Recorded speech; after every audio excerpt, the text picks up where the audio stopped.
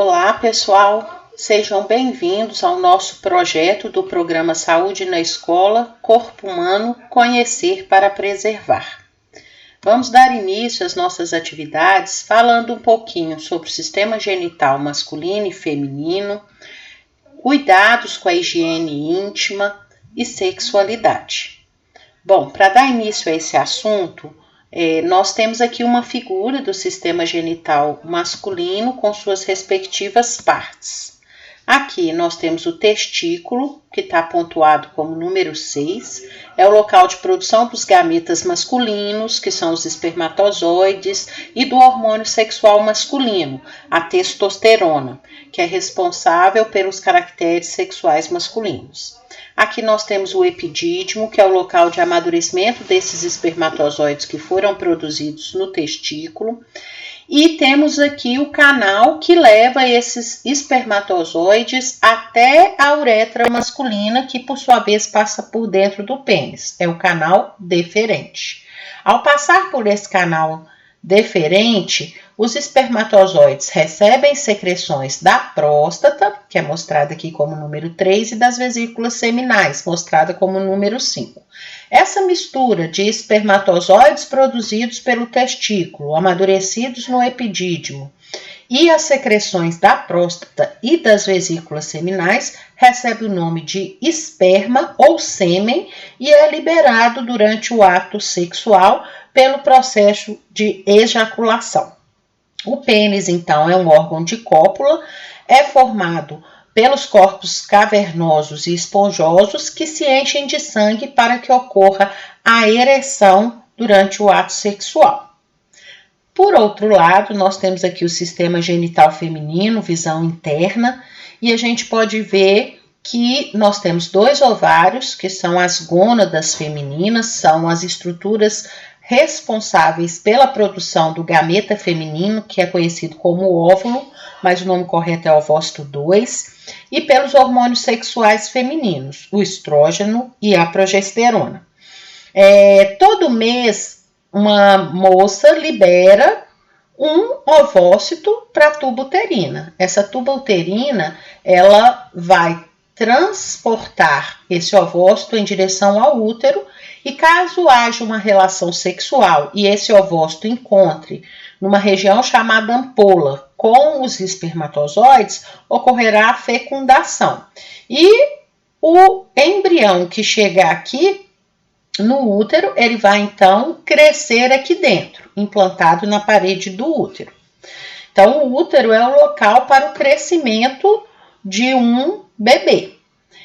Na verdade, todo mês, o útero de uma mulher, ele se prepara para receber um embrião.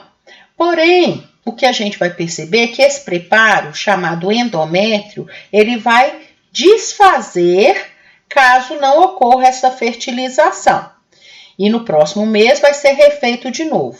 Esse endométrio se descamando e saindo pela vagina é chamado menstruação. Então, aquele sangue menstrual, ele decorre da descamação do tecido uterino que era para nutrir um possível embrião. Não ocorrendo gestação, todo o ciclo, que pode variar de 24 até 30 dias, vai ter a menstruação. E depois, no outro mês, ocorre tudo novamente. Então, agora que a gente conheceu, os órgãos internos do sistema genital masculino e do sistema genital feminino, vamos assistir a um vídeo com modelos anatômicos sobre esses sistemas.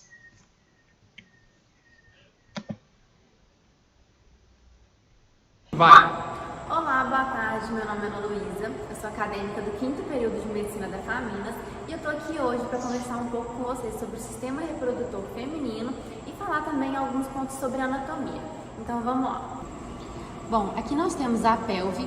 Essa estrutura ela fica dentro da pelve, porém a gente optou por retirar para permitir uma melhor visualização e também uma melhor explicação. Então, dentro do sistema reprodutor feminino, nós temos os ovários, que são as gônadas femininas com um tamanho semelhante ao de uma amêndoa, e é neles que vão se desenvolver os ovócitos, que são os gametas ou as células germinativas femininas. Além disso, esses ovários eles também são glândulas endócrinas que vão ser responsáveis pela produção de alguns hormônios sexuais. Dentro do sistema reprodutor feminino, nós também temos as tubas uterinas. Aqui. E essas tubas uterinas, antigamente eram conhecidas como trompas de Falópio.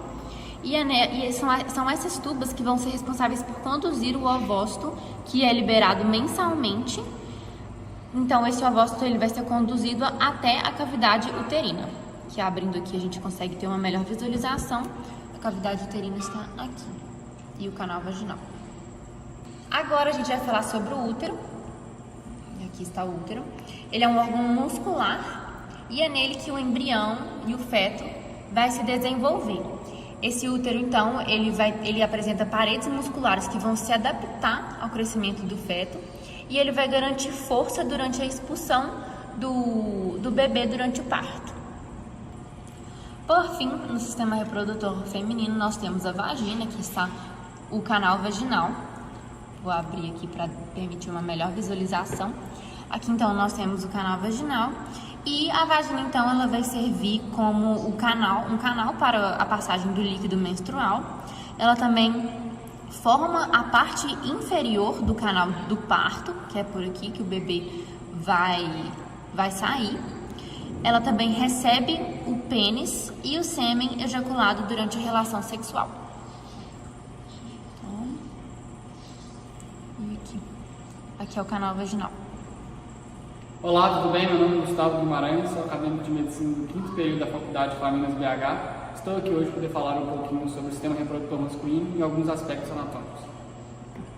Então, gente, vou começar falando do sistema reprodutor masculino. Aqui nós temos a vista de frente do sistema reprodutor masculino e aqui a vista lateral.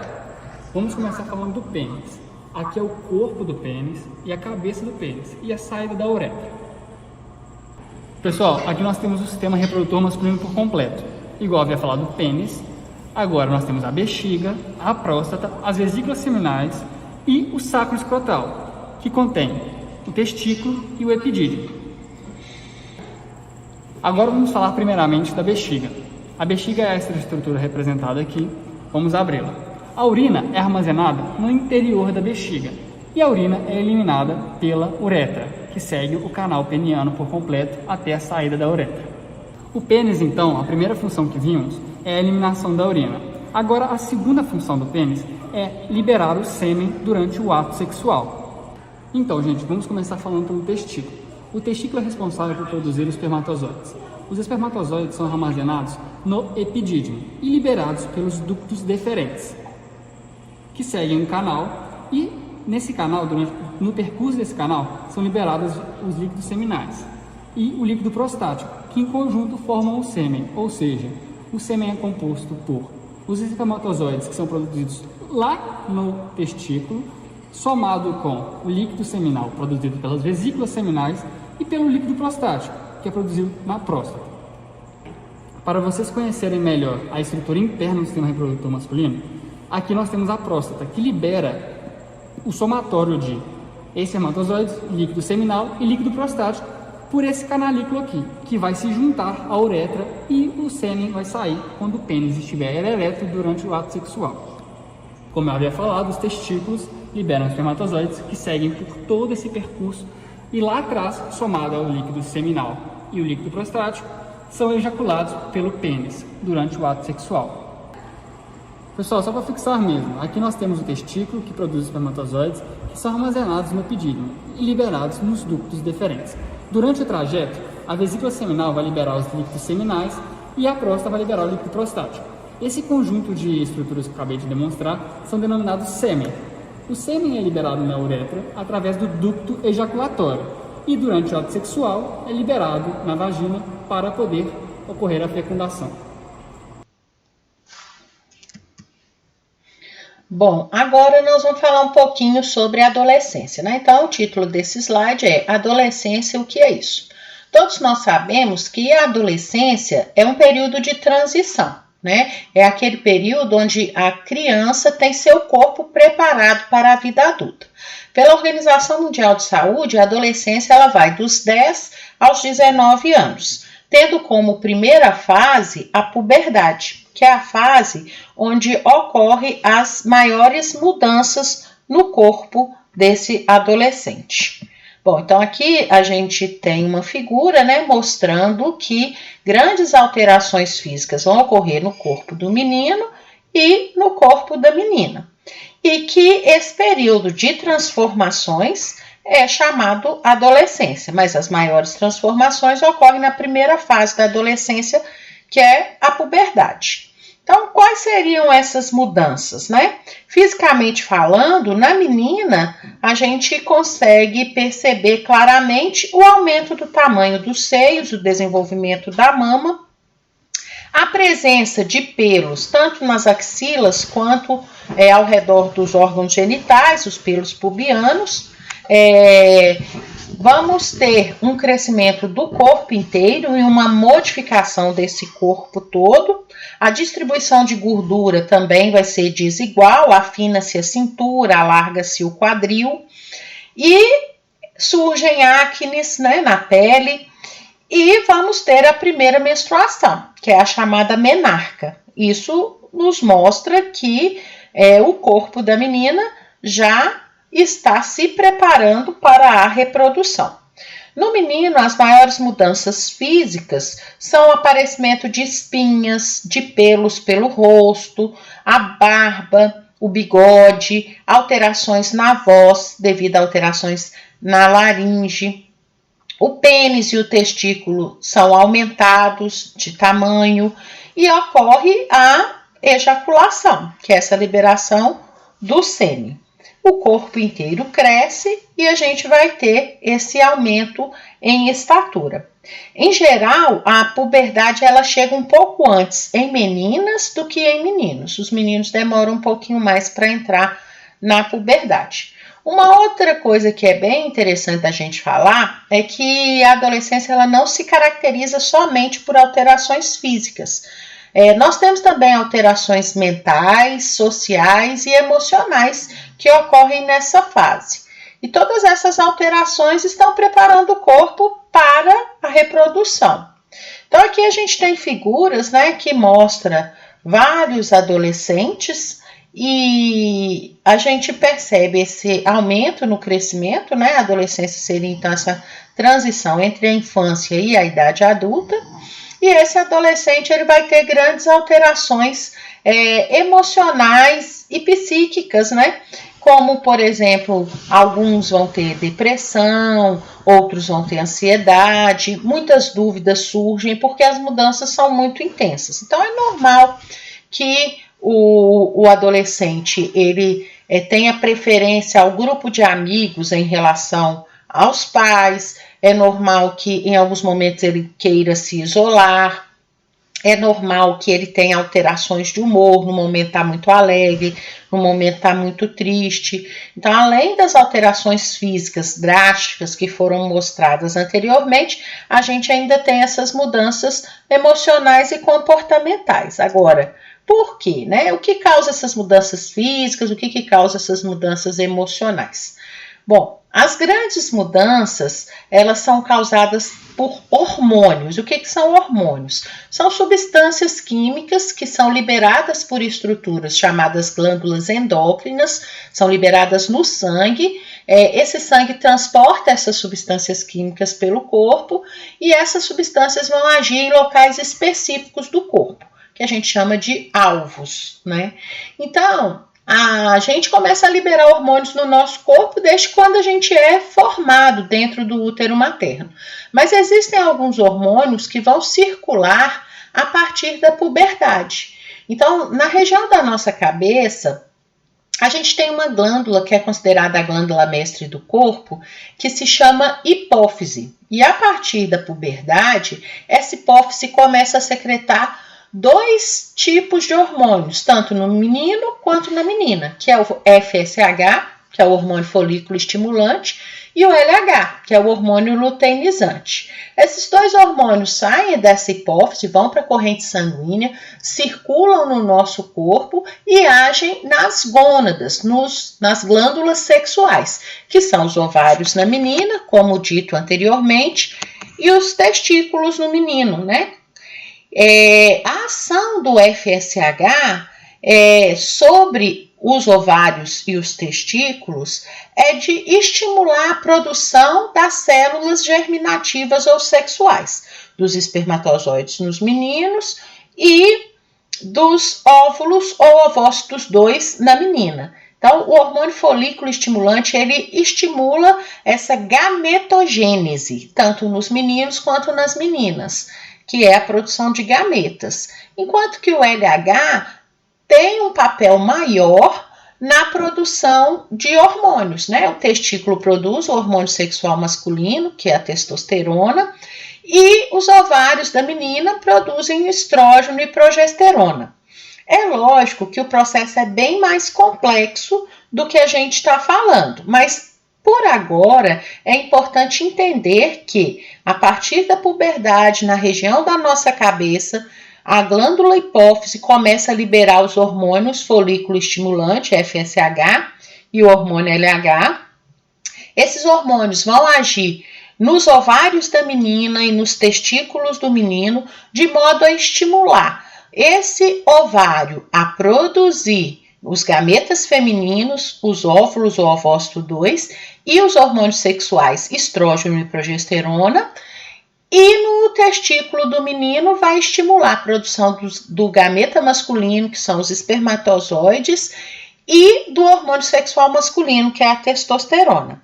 Essas alterações hormonais que passam a ocorrer no corpo do adolescente são em grande parte responsáveis por todas as mudanças que ele experimenta nessa fase. Então, a testosterona é o hormônio responsável pelo surgimento daqueles caracteres, crescimento de barba, de bigode, um odor diferente nas axilas, nos genitais, no suor, no próprio suor, crescimento de pelos pubianos, de pelos axilares, aumento da massa muscular no menino, né? Então, a testosterona, ela altera até esse padrão comportamental do menino. Enquanto que o estrógeno, principalmente o estrógeno, mas a progesterona também, preparam o corpo da menina para que ela possa se tornar uma mulher. Então, o estrógeno, ele é responsável pela distribuição desigual de gordura, afinar a cintura, alargar o quadril. Ele vai ser responsável pelo desenvolvimento das mamas, a progesterona também tem um papel. Vai ser responsável pela organização desse tecido que eu disse anteriormente, que se forma dentro do útero, para acolher o embrião caso ocorra a fertilização. E vai, em grande parte, alterar o comportamento dessa menina. Só que esses hormônios sexuais, testosterona no menino, estrógeno e progesterona na menina, só serão produzidos e liberados a partir da adolescência. Porque é a partir da adolescência que a hipófise vai liberar o FSH e o LH, que comandam os ovários e os testículos para a produção dos hormônios sexuais, masculino e feminino. Então, aqui nessa figura, a gente vê a fórmula química da testosterona, que é o hormônio sexual masculino e que é responsável por todos esses efeitos que transformam o corpo de um menino no corpo de um homem, né? Então, aqui de novo, a gente vai ter as ações, que vai ser o aumento de síntese proteica, né, pelo fígado para mandar para o sangue, aumento do apetite sexual nos meninos, é comum nessa fase, acelera o crescimento ósseo, né, acentua a produção de células do sangue, estimula a produção de um outro hormônio pelo rim, que é a eritropoetina, que aumenta o número de glóbulos vermelhos do sangue, aumenta a massa muscular. E no cérebro ajuda, né, no libido e no bom humor.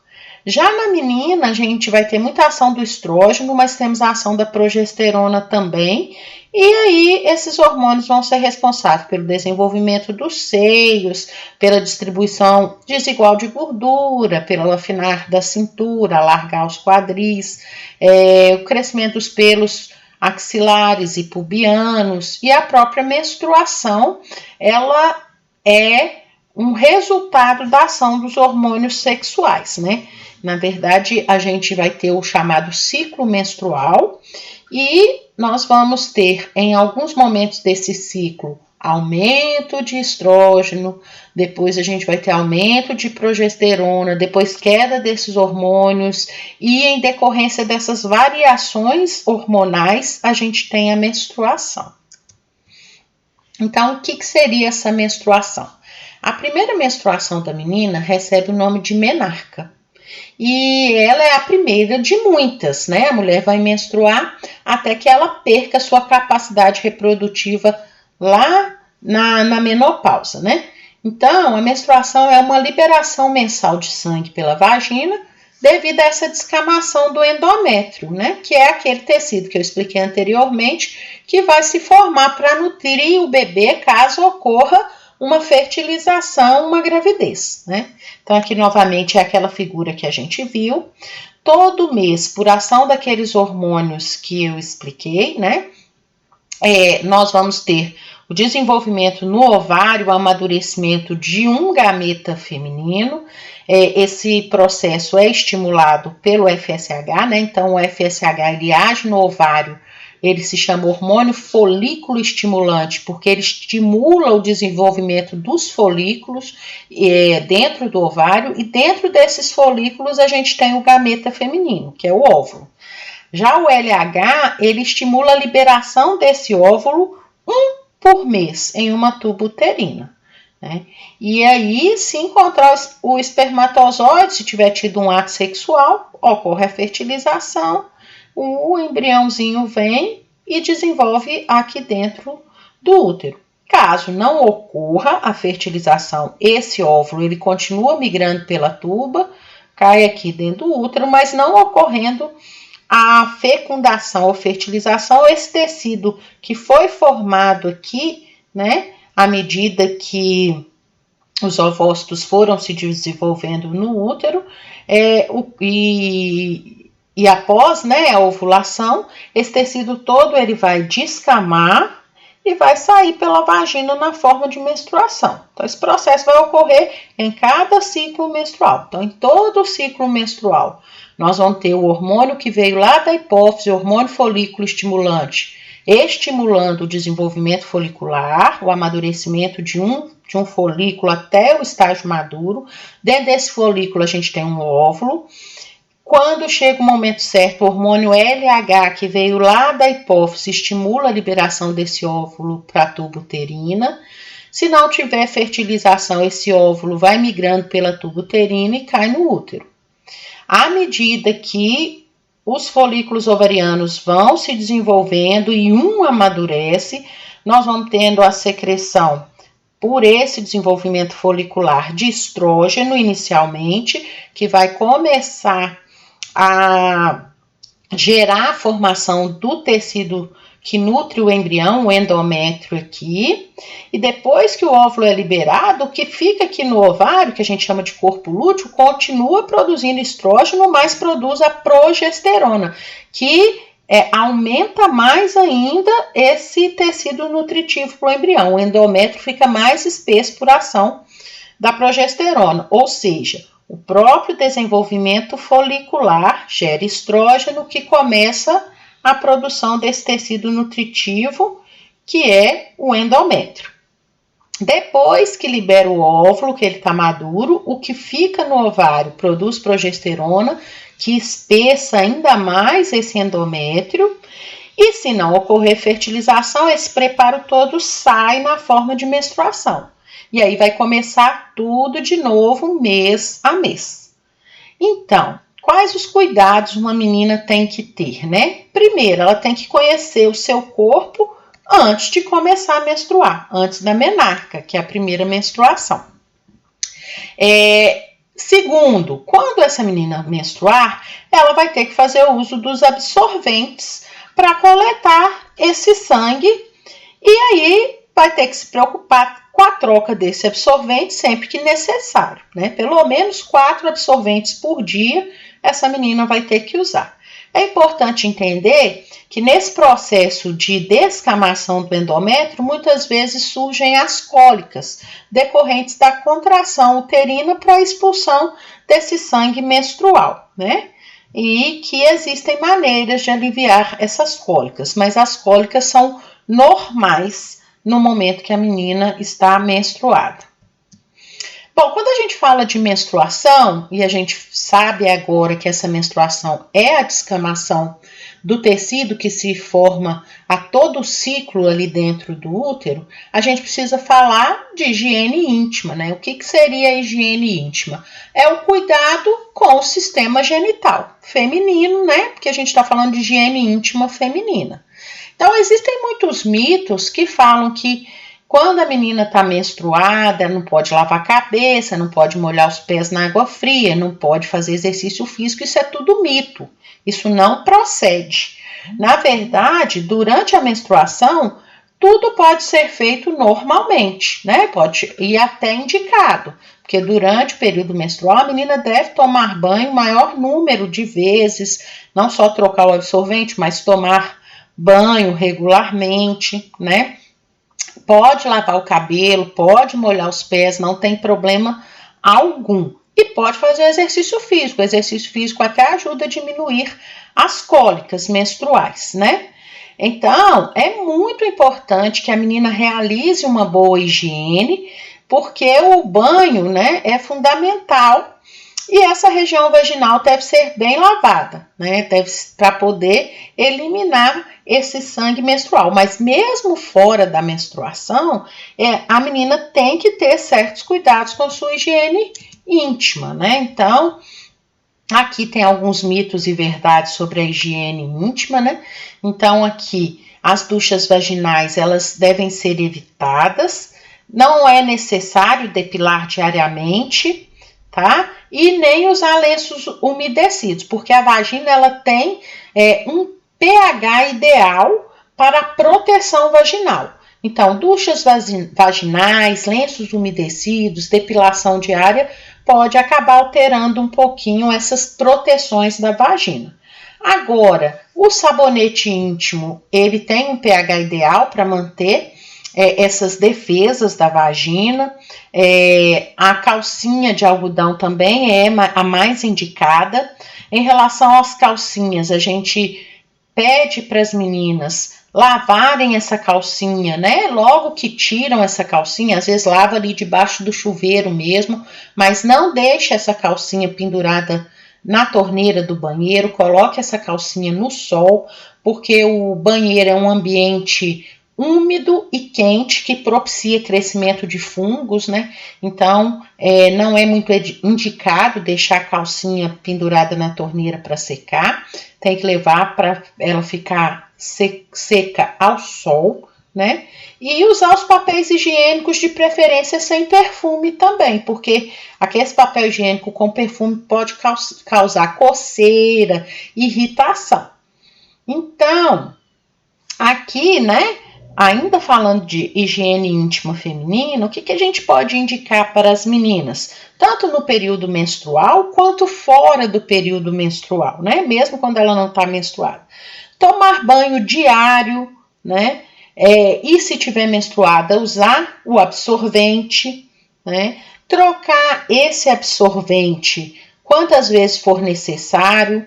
Às vezes, à noite, é interessante colocar um absorvente noturno, que tem maior capacidade de absorção, para não ter que ficar levantando no meio da noite para trocar o absorvente, né? Usar sabonetes íntimos com pH adequado para manter as defesas da vagina.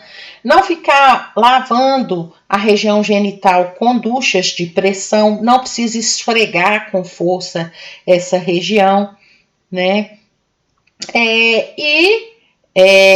Fique bastante atenta, né, ao seu ciclo menstrual, para não ser pega de surpresa com a chegada da menstruação e passar por momentos constrangedores, ou na escola ou na rua, né? Bom, em relação aos meninos, a gente precisa falar da ejaculação. O que seria a ejaculação? A ejaculação é a liberação do esperma ou do sêmen pelo pênis, né? Como eu falei anteriormente, esse sêmen é uma mistura de espermatozoides com os líquidos que são secretados pela próstata, tá mostrada aqui na figura, né? Ela fica debaixo da bexiga urinária, né? E também pelas vesículas seminais. Então, esses líquidos aí, junto com os espermatozoides, formam sêmen. Durante o ato sexual, ele é liberado pela uretra. Então, a uretra masculina ela tem dois propósitos, né? Passagem de urina durante a micção, que é a liberação de urina, e passagem de esperma durante o ato sexual. O fato é que os dois nunca saem ao mesmo tempo, né? A gente tem um mecanismo que fecha a saída de urina para a uretra quando passa o sêmen. Bom, em relação à higiene íntima masculina, a gente tem alguns cuidados que podem prevenir coceira, irritação e doenças mais graves, né? Principalmente no pênis. Então, primeira coisa a se dizer, né? A higiene do pênis, ela deve ser uma higiene adequada.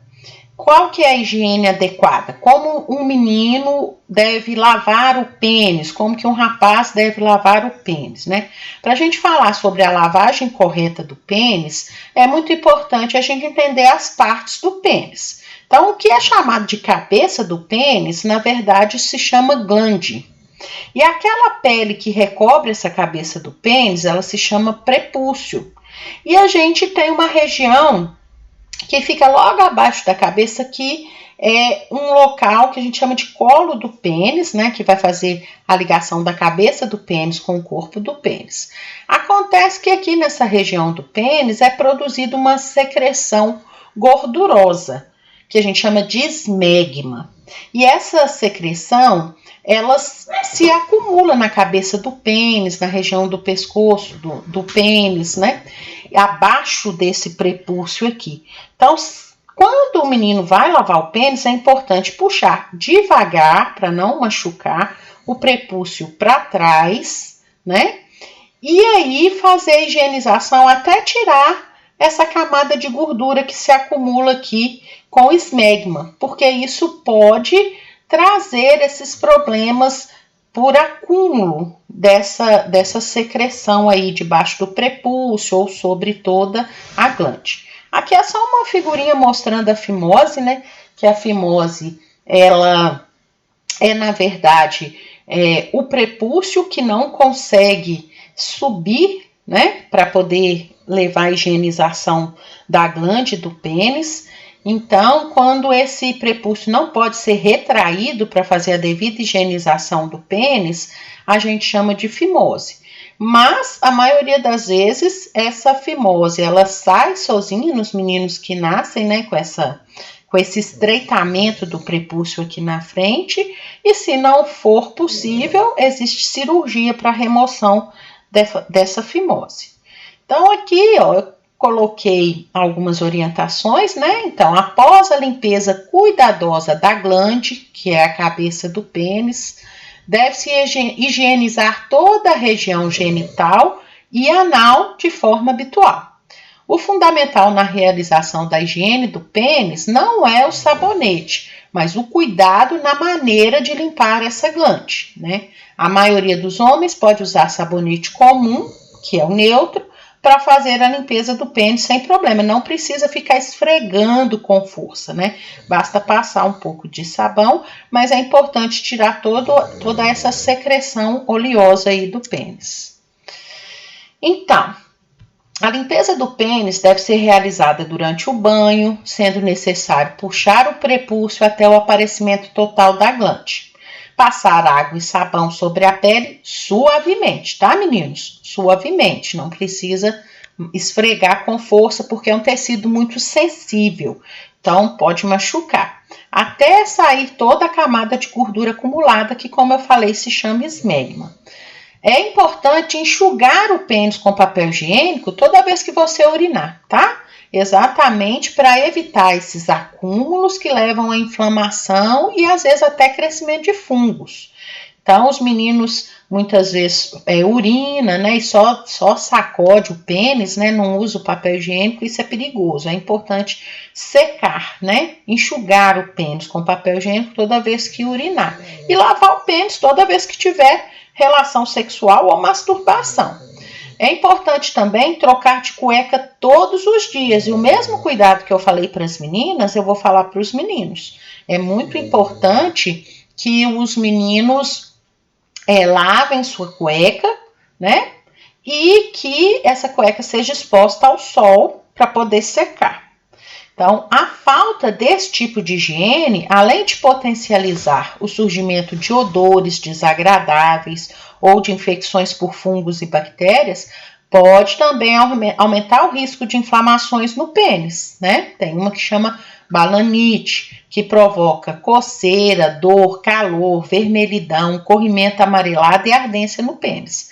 Então, existem problemas que podem ser evitados simplesmente fazendo a higienização dos genitais, né? Principalmente a limpeza do pênis. Então, aqui a gente tem uma campanha de prevenção ao câncer de pênis, né? Que é um problema muito sério, o câncer de pênis. Então, aqui é a campanha Câncer de Pênis Zero. E qual que seria a prevenção? Higiene íntima, né? Higiene íntima masculina. Lave o pênis diariamente com água e sabão, principalmente após as relações sexuais ou a masturbação.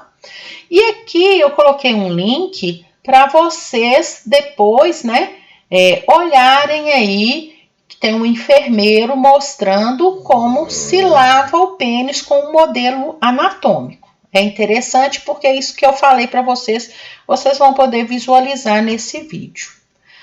Bom, agora que a gente falou sobre o sistema genital masculino, as principais estruturas e suas funções, o sistema genital feminino, as principais estruturas e suas funções, a gente falou sobre menstruação, ejaculação, a gente já tem um conhecimento para falar um pouco mais sobre infecções sexualmente transmissíveis, né?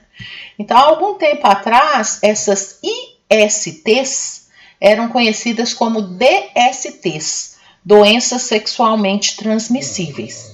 E também já foi conhecido como doenças venéreas. São doenças que acometem ou que começam principalmente no sistema genital feminino e no sistema genital masculino. E que passam de uma pessoa para outra durante o ato sexual, né?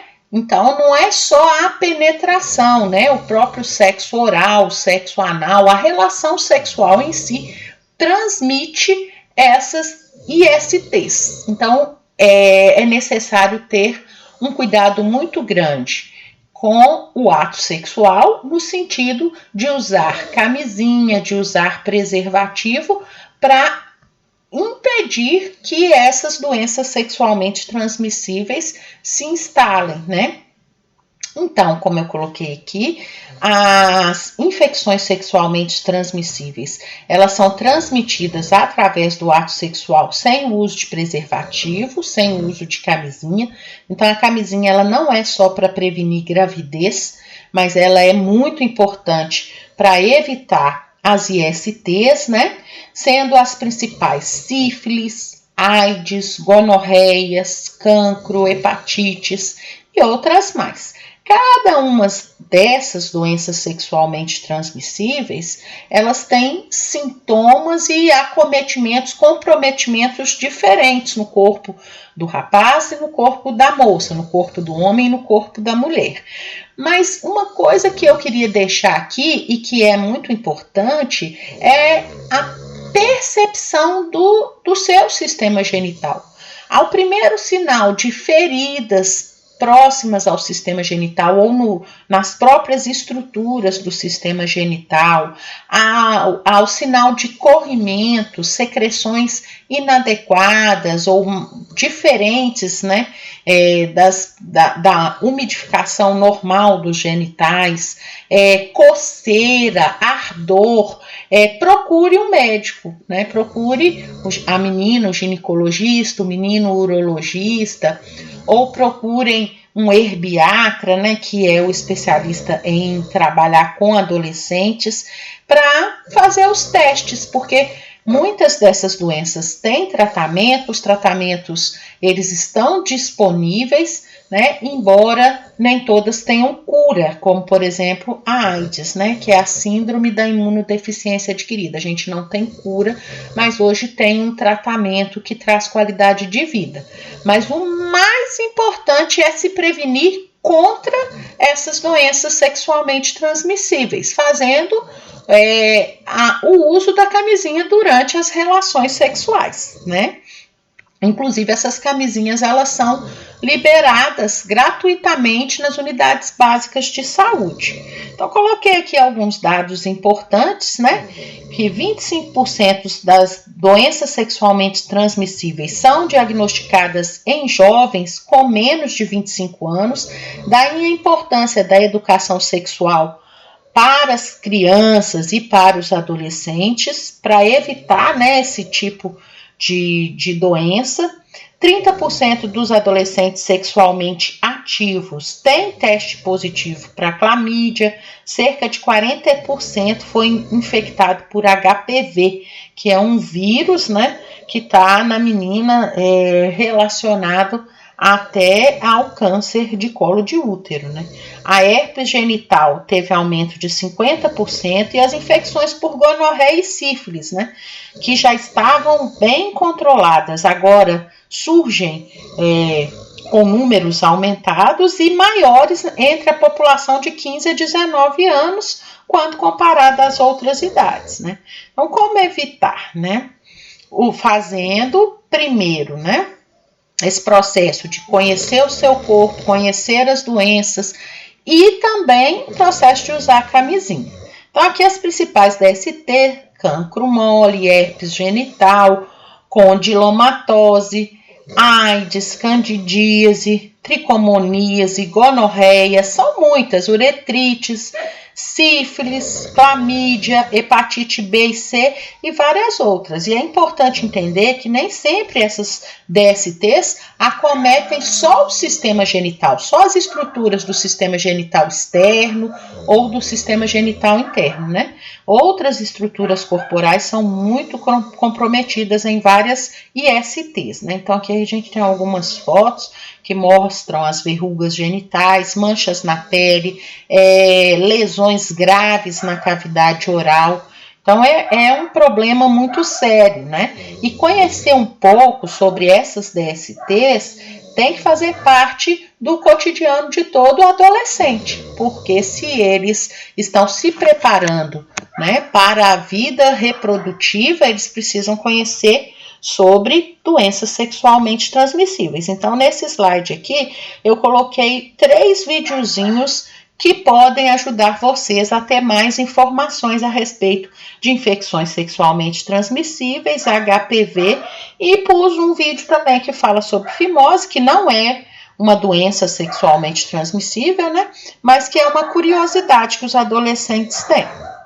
O SUS disponibiliza para os adolescentes a vacina contra HPV e promove vacinação nas escolas, e hoje os adolescentes eles podem pedir por essa vacina sem autorização prévia dos pais, e a distribuição de preservativos, camisinhas é gratuita. Um outro problema que decorre da falta de educação sexual também é a gravidez na adolescência, né? Como vocês sabem, a gravidez na adolescência, ela traz problemas de ordem física, mental e gravidez de risco. Então, hoje, a gravidez na adolescência é um problema de saúde pública mundial, é um problema médico e social. Os adolescentes, né, as adolescentes se tornam mais vulneráveis a essa situação. né? Na verdade, embora a adolescente ela já tenha capacidade para engravidar, o seu corpo e a sua mente não está completamente preparado para uma gravidez. Então, toda gravidez entre 10 e 18 anos é considerada uma gravidez de risco, né? E qual que é a principal causa da gravidez na adolescência? A principal causa é a falta de conhecimento sobre os métodos contraceptivos, que são muitos, né? Então, quando uma menina descobre a gravidez, é normal que ela experimente medo, insegurança, desespero, desorientação, solidão. Por quê? Porque ela está nesse período de transição e muitas vezes ela tem medo de contar para os pais que engravidou e fica agoniada, levando essa situação para si por muito tempo. Muitas vezes ela nem procura o pré-natal para ver como é que está o desenvolvimento do seu bebê. Às vezes vai lá para o pré-natal só lá no final da gestação, o que não é interessante, né?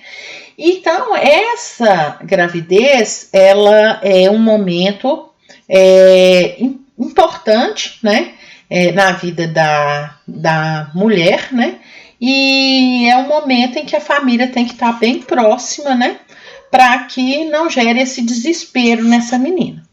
Mas temos consequências. Como eu disse, toda a gravidez na adolescência, ela traz mais risco. A menina, ela tem risco de ter problemas de pré-eclâmpsia, ela tem mais risco de ter parto prematuro, ela tem mais risco de ter problemas na hora do parto, ela acaba tendo outros problemas sociais, como por exemplo, ela sai muitas vezes da escola, temos o problema da evasão escolar e temos o problema de que muitas vezes essas meninas engravidam, né? As meninas engravidam e não têm o apoio dos parceiros, né? E acabam gerando famílias monoparentais, uma prole muito numerosa, porque ela vai engravidar, né? Muitas vezes uma vez, mas se não se prevenir, pode vir outra gravidez e outra e outra. Muitas vezes ocorre uma esterilização precoce, abandono da escola. Se vai para o mercado de trabalho, é para um trabalho que é bem precário, né? Tem o salário muito baixo.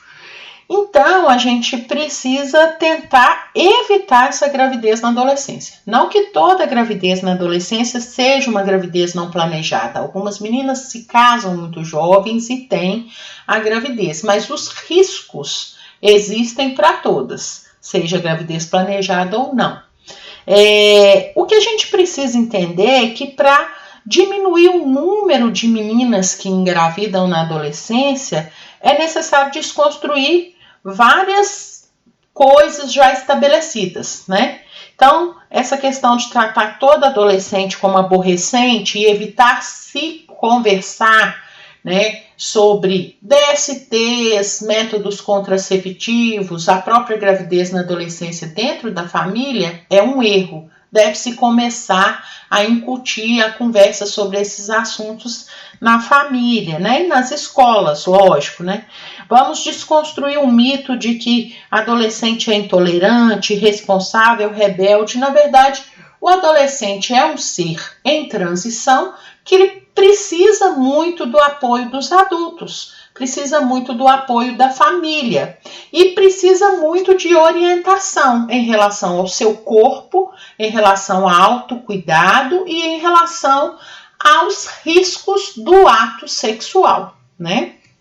Então, um grande risco, como eu falei, é a evasão escolar, né? A maioria das adolescentes que engravidam acabam por abandonar seus estudos para cuidar de seus filhos, né?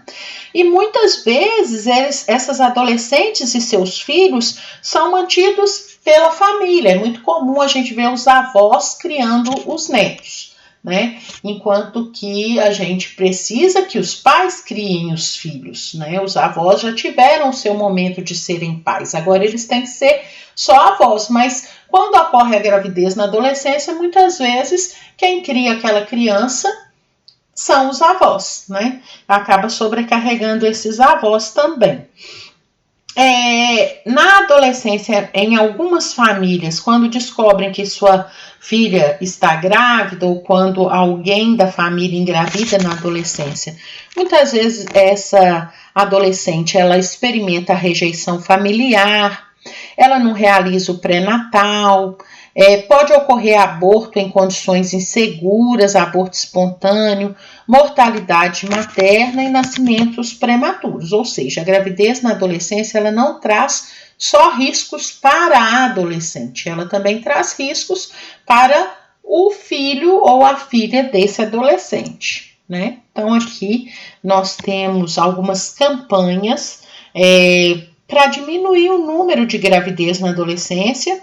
Aqui a gente tem uma figura que fala adolescência primeiro, gravidez depois, tudo tem seu tempo, exatamente para evitar os riscos de uma gravidez não planejada, uma gravidez que traz riscos tanto para a mãe quanto para o bebê, né? E aqui é uma campanha da Secretaria de Saúde, onde dá dicas para as mães adolescentes ou para as gestantes adolescentes, né? Suspeitou de gravidez, procure uma unidade básica de saúde para orientação e faça o teste. Converse com seus pais sobre o assunto, seja transparente, faça o pré-natal e acompanhe o crescimento do bebê, procure a ajuda de um psicólogo e assistente social para lidar com a situação, né? E aqui as dúvidas, né, que a adolescente experimenta, né? Como é que vai ficar agora, eu grávida? Como é que eu vou ficar com a minha família? Qual visão minha família vai ter de mim? Como é que eu vou lidar com a minha carreira, se eu tenho que largar os estudos para cuidar do meu filho? O que vai ser de mim no futuro? Meus sonhos mudaram. Não pode desesperar, que com o tempo as coisas chegam no lugar. Quais são os principais riscos da gravidez na adolescência? Muitos deles eu já falei, né?